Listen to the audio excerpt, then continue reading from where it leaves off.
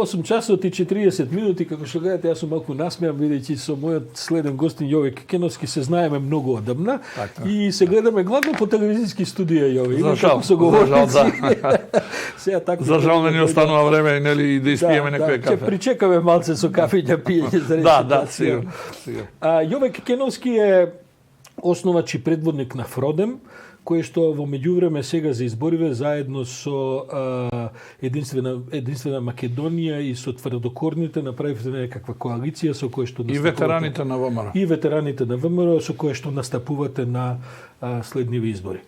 Кекеновски, морам да признам, не сум, може на ти да разберам. Апсолутно. Не сум те видел во порадикално политичко друштво, кој знае од кога. Ова се онака најкрајна десница, барем за македонски услови, во смисла на политички прашања, особено кога се сетот на етнички односи, идентитетски прашања и така натаму. Се чувствуваш комотно во таа крајна десница? Па добро, јас мислам дека сум познат како умерен десничар. Да, затоа те прашувам, бидејќи овие реална е вашата констатација, факт е, и морам да кажам дека се чувствувам комотно од причина што оваа коалиција повеќе од јасно дека е десно ориентирана. Имаме луѓе со крајно десничарски ставови, национални, што не е апсолутно никаков грев, меѓутоа далеку е од шовинизам или било какви. Некој од нив е проблематично, какви особено овие тврдокорни и така натаму им ги знаеме. Мислам дека не, дека е погрешна констатација, да меѓутоа во принцип дозволено ни е сите да ги застапуваме своите ставови. Која формиравме оваа коалиција, ние се договаравме да генерално ги застапуваме оние ставови кои што не поврзуваат, а не оние кои што не разделуваат. И оттаму може ќе видите и понатаму во текот на кампањата дека ние нема да говориме за прашањата кои што не разликуваат сите, меѓутоа имаме доследни и исти ставови по однос на клучни прашања. Веројатно е дека главното прашање по кој имате и став е никогаш Северна, секогаш Македонија. Повеќе од јасно дека е еден од главните, меѓутоа и борбата против корупцијата, криминалот, економската состојба се исто така прашања кои што ќе зазимаат високо место. Сигурен сум дека во сите борба против криминал и корупција, сите партии, овие што прават криминал и тие што не прават, го имаат. Морам да ви опонирам тука, тие само вербално го имаат, меѓутоа ги видовме на власти едните и другите, ниту борба, ниту ништо не превзема против криминалот, корупцијата, против оние страшни злодела и криминали кои што се направија како во минатото, така и од сега. Како мислите да настапите по клучното прашање, никој Северна, секојаш Македонија? Предпоставам дека за така искусен политичар како што е Јове Кекеновски, конечно универзитетски професор, предавате политички системи, уставно право, долгогодишна кариера имате. Тоа прашање е затворено во Македонија формално правно. Што мислите вие да го преотворате наново кога ќе дојдете на власт? Да, токму формално правниот аспект е за нас во Фродем, а чинам дека тоа е и кај најголем дел од коалиционите партнери е проблемот, бидејќи ние честопати досега сме кажале, многу пати сме кажале, кој е главниот проблем, начинот на склучувањето на договорот, начинот на изгласувањето со двотретинското мнозинство, нели начинот на кој што беше обезбедено мнозинството, начинот на промулгација, нели на Преспанскиот договор ни дава за право да се осврнеме и директно да се повикаме на Виенската конвенција за договорно право, каде што јасно ќе го поништувате. Ќе се обидеме да го поништиме пред меѓународните инстанции. Што е меѓу вас, што е разликата меѓу вас и ВМРО ДПМН кој сака истото тоа да го прави? За разлика од нив, ние тоа што ќе го кажеме, тоа и го реализираме, не ни служи само за добивање на дневно политички поени.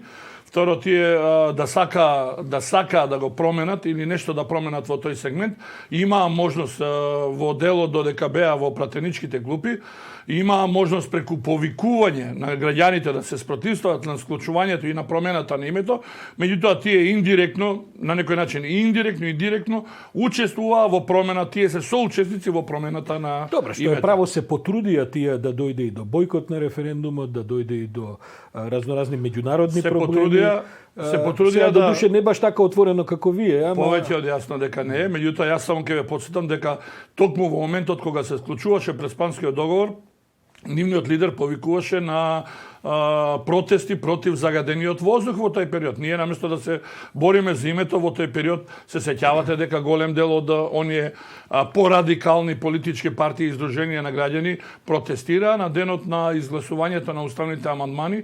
Мицковски никаде го немаше и дури во вечерните часови дојде. Оттаму не можеме ние да му веруваме на она што тој го кажува и што го прави во праксата. Очигледно има огромна дискрепанца помеѓу кажувањето и практикувањето на кажаното. И како легалист, а и ве прашувам дали и во политичка смисла, се застабувате за брзи избори, вака како што се предвидени со укинување на воредна состојба, настапуваат роковите.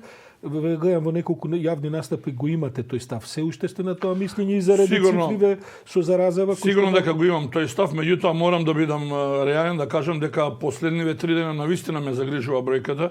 Како и сите нас. Како и сите нас, сигурно.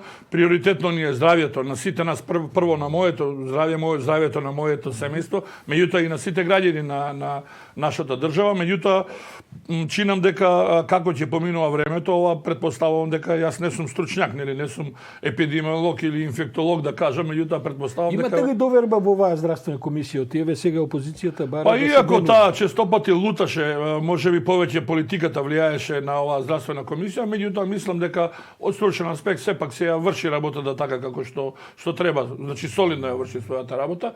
За жал времето ќе покаже дека можеби голем дел на одлуки кои што се донесено се и резултат на притисок на политиката. Добра, ама и вие на почетокот влада. баравте, најдов некои ваши ставови, баравте многу ригорозни мерки во ведување уште во март. Сигурно. Бев еден од првите кои што јавно кажа дека ние мораме да се соочиме и мораме да ги почитуваме мерките и бев еден од првите кои што бараше да се воведе воредна состојба, дури мислам дека и се закасни со воведувањето на воредната. Ние баравме кризна состојба, меѓутоа се согласиме дури и со воредната состојба ради објавувањето дека наводно немаме капацитет да воведеме на целата територија. Се отвара прашањето со оглед на сите актуелни ставови дека е можно опозицијата да прогласи бойкот на изборите со оглед на ова што и вие се залагате да тие бидат изведени во важечките законски рокови. Каков е вашиот став по тоа и сега ве прашуваме во еден контекст бидејќи вас ако ВМРО ги бойкотира изборите, ви се отвара огромна шанса, предпоставувам, бидејќи вие ќе одите на изборите. Каков е вашиот став во однос на тоа прашање? Можем бойкот, да, не, има потреба, нема Значи, потреба? никој не го спори правото дека може да бойкотират, нека повелат слободно, нека го повикаат членството Треба да во не такви гласа. услови да се оди на избори? Во вакви услови не, меѓутоа јас се надевам дека кривата која што сега на едно Не мислев високо ниво ќе здравствени, поѓе. мислев политички. Ако ВМРО повика на бойкот, а се создадени правни услови Не гледам причина зошто да не се оди избори, бидејќи ВМРО ДПМН и низината коалиција се само еден сегмент од огромниот број на политички партии. Чинам дека се 14 не многу или мал сегмент. Прилично значаен сегмент. Сега се говорам од аспект на пријавени политички субјекти на изборите и ако сите останат или најголем дел од нив прифатат да одат на избори, не гледам причина зошто да не бидат легални и легитимни изборите ако една политичка партија бойкотира. Впрочем, бойкотирањето не е непознато на оваа политичка сцена. Ние имавме 94 година. Нека повелат некоја. Меѓутоа, очигледно, мислам дека сето ова им служи како по кој знае кој пат манипулација со граѓаните на луѓето, бидејќи еве ние сме загрижени за здравјето на луѓето. Здравјето на луѓето сигурно дека не смее да биде доведено во прашање. Впрочем, владата на Република Македонија изготви протокол како треба да се настапува, меѓутоа и ние како коалиција дадовме еден предлог, ако сакаме да го заштитиме здравјето на луѓето, гласањето да биде спроведено во 3 до 5 дена. Зошто го велам ова? Значи, на територија на Република Македонија имате околу нешто повеќе од 3500 избирачки места и сега логичко ако се запазува протоколот за да го заштитиме здравјето не само на избирачите, туку и на учесниците во дели, учесниците во избирачките одбори и општинските и републичката изборна комисија, значи ние мораме да водиме сметка доследно да се почитува. И логика е дека ако во еден час гласаат некаде од прилика 6 до 10 луѓе, бројката се движи некаде од 250 до 420-30 илјади кои што можат да гласаат во еден ден. И сега на тој начин сигурно изборите нема да добијат на легитимитет ако има мала излезност. Очигледно дека Социјалдемократскиот сојуз посакува да има мала излезност од причина што ќе им излезат најголем број од оние послушни членови, меѓутоа заради легалитетот и легитимитетот чинам дека е добро да овозможиме и веќе нареден Нема правни пречки за така. Апсолутно нема никакви Што пречки. Што подразбира тоа? Дека Тоа подразбира ДИК промена на изборниот со уредба промена на изборниот законник, со владина уредба. Со владина уредба промена на изборниот законник кој што ќе каже гласањето се одвива во тие и тие денови од да речеме од 7 наутро до 19 часот. На тој начин ги растеретуваме и одборите. Бидејќи друго е да прегледате вие сите избирачки одбори стотина гласови денеска, а друго е илјадници гласови во неколку дена. Некој во меѓувреме предложи дека би можело и надвор да се одвива гласањето под одредени услови, под шатори и така натаму, за да се обезбеди овој тип на здравствен провев малку и така, бидејќи биде топло времето. Можни се сите варијанти, се со цел да се овозможи излезност и да се заштити здравето. И оттаму не ја гледам оправданоста на, би рекол, флоскулата која што постојано ја повторуваат. Очигледно мотивите се сосема други кај опозиционата партија која што вели дека ќе ги бойкотира. Во секој случај нека повелат, нека ги бойкотираат. Има луѓе кои што доследно ќе ги промовираат и националните ставови и доследно ќе бидат вистинска опозиција, па можеби да се случи да биде и власт во иднина, зашто да не. Граѓаните знаат конечно да одлучат, мислам дека попуштаат под оние партиски стеги и сега послободно можат и да одлучуваат слободно. Јове Кекеновски на оваа висока нота оптимистичка во однос на собствената. Јас сум реалист. Политичка платформа и програма. Ви благодарам за гостувањето. Ние имаме 20 на минути, тоа е времето, не можеме повеќе. Па се надевам дека ќе се видиме и до изборите, можеби и во некакви други услови каде што ќе може да има и повеќе соговорници, а не оваа дистанца да мора да ја запазува. Со задоволство, во секој момент.